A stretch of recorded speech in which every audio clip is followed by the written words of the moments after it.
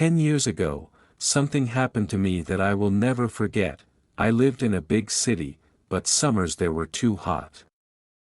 I longed for fresh air, green trees, and the peace of the countryside. One evening, I decided to leave. I had a little red car and a map, and I set off, driving through the night. I felt happy, free, and excited for adventure. That summer was beautiful. In the early morning, the sun was warm, the sky was bright blue, and the birds sang sweetly in the trees. I smiled as I drove along the quiet country roads. Suddenly, my car slowed down and stopped. I frowned and checked the dashboard. "Oh no," I whispered. "I forgot to fill the tank. I don't have any petrol." I sighed. "I guess I'll have to walk and find a town." But when I looked at the map, my heart sank. There was no town nearby. I was lost. As I stood there, feeling unsure, I saw someone coming down the road. It was a girl. She carried a small bunch of flowers in her hands, and her long black hair shone under the sunlight. She wore a flowing dress that moved gently in the breeze. She was beautiful, so beautiful that for a moment, I forgot my troubles. I stepped out of the car and smiled. "Hello," I said softly. "I'm lost. Can you help me?" The girl stopped and looked at me carefully.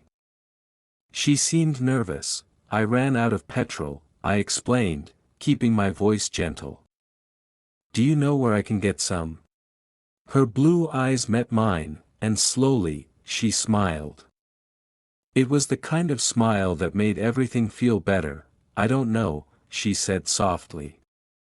"But come with me. Maybe someone in my village can help you." "A village?" I glanced at my map again. There was no village marked. But I didn't care. I wanted to follow her. I walked beside her happily. The road stretched far, and I wondered why her village wasn't on the map. Maybe it's very small, I thought. When we arrived, I couldn't believe my eyes. The village was lovely, full of tiny black and white houses. Animals roamed around freely. Everything felt peaceful, quiet, and different.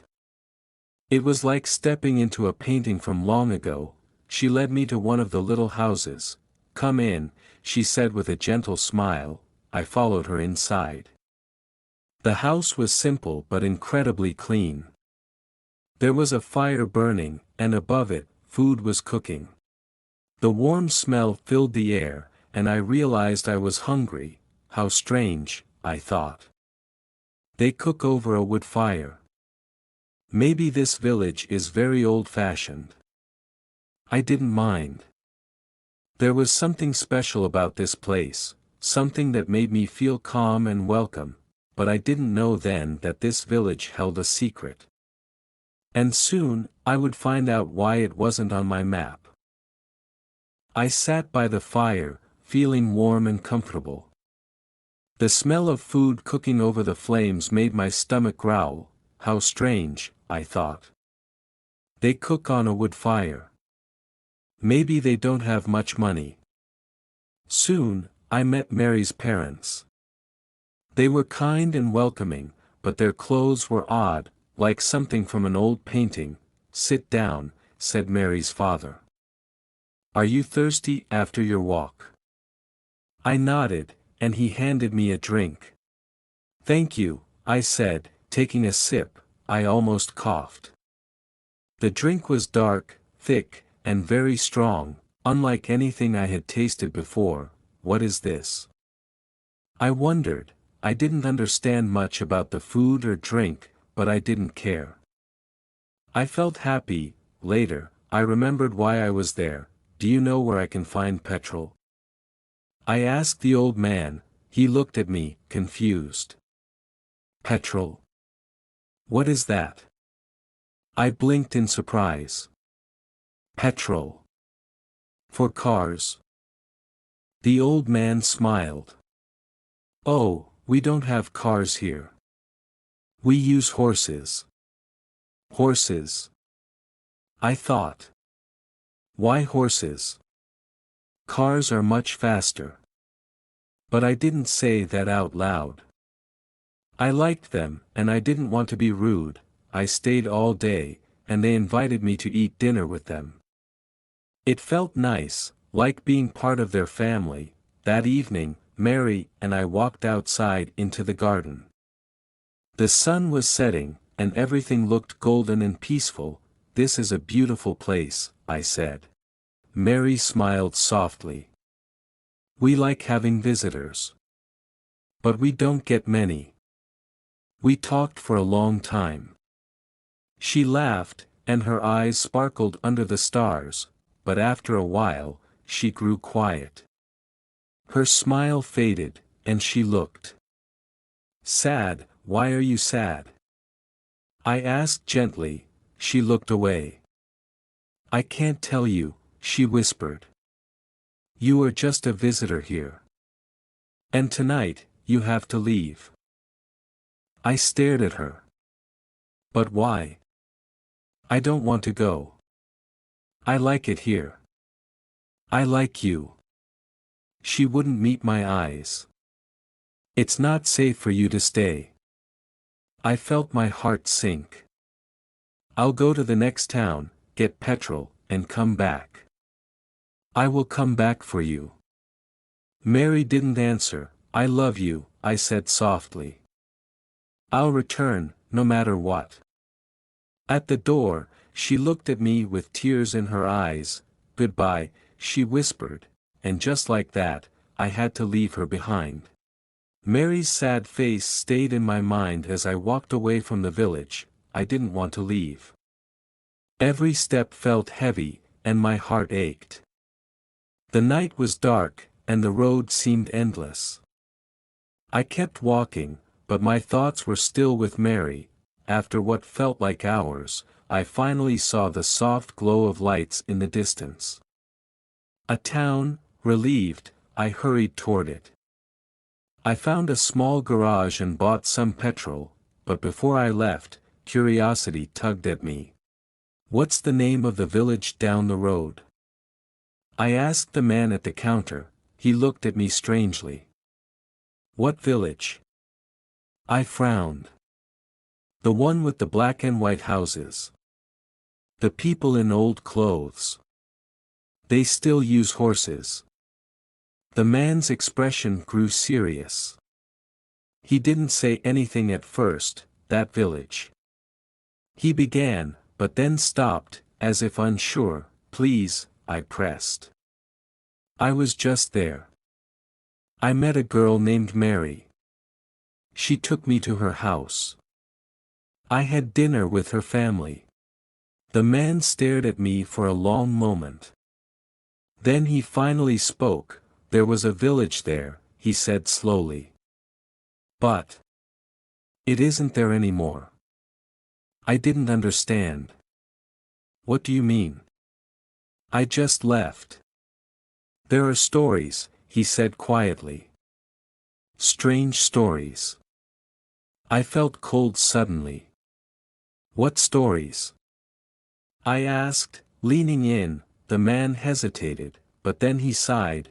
A long time ago, there was a fire, he said. The whole village burned down. Everyone died. I froze. Everyone. But how? Oliver Cromwell's soldiers, he said grimly. The villagers helped the king during the war. Cromwell punished them. That was 350 years ago. I felt dizzy. But that can't be right. Memories flashed through my mind. Mary's dress, the fire cooking food, the horses, their strange way of speaking. I shook my head. No. I was just there. I talked to them. The man lowered his voice. They say the village returns once every 10 years. For just one day. But if you stay until morning, you'll never leave. His words hit me like ice. Mary's voice echoed in my head. You have to go. It's dangerous here. She wasn't sending me away because she didn't care. She was trying to save me. I left the garage, feeling numb. I wanted to go back. I had to see her again, but when I returned to the place where the village had been, there was nothing. No houses. No road. Just trees and flowers, as if the village had never existed. I stood there for a long time, listening to the wind and the birds. I felt tears in my eyes. I would never forget Mary, and in 10 years, when the village returns, I'll be waiting. Mary loved me, but she told me we had to say goodbye. She was afraid for me, and now I understand why. I left the village with a heavy heart, thinking I would return. But when I searched for the village again, it was gone. I walked up and down the road, but there was nothing, just flowers, trees, and the soft sound of birds and the wind. My heart sank. I couldn't understand. Where was Mary? Where was the village? I felt lost and alone. I sat down on the ground, my eyes full of tears. I would never forget that day, never forget Mary. She had touched my soul in a way I couldn't explain. And I would always love her. I had to wait. In just 2 months, the village would return.